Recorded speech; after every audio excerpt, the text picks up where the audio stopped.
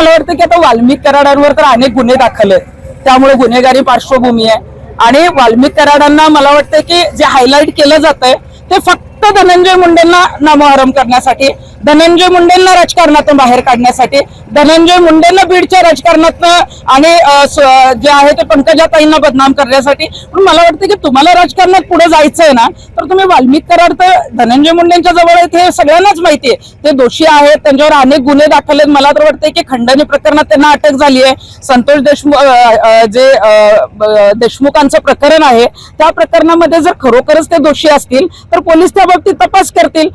त्यांची जर गुन्हेगारी टोळी असेल तर मोका अंतर्गत कारवाई सुद्धा होईल, परंतु फक्त राजकारण करण्याचा हेतू याच्यामध्ये असल्यामुळे इतक्या दिवस अनेक जणांचे मला फोन आले की ताई तुम्ही या प्रकरणात का बोलत नाही, तर त्याच्यामध्ये मी स्पष्ट सांगितलं की देशमुखांची जी हत्या प्रकरण आहे त्याचं दुःख कमी आणि राजकारण जास्त केलं जातं, म्हणून माझ्यासारखी चळवळीतली कार्यकर्ती ना रस्त्यावर उतरली ना याच्या बाबतीत काही बोलली।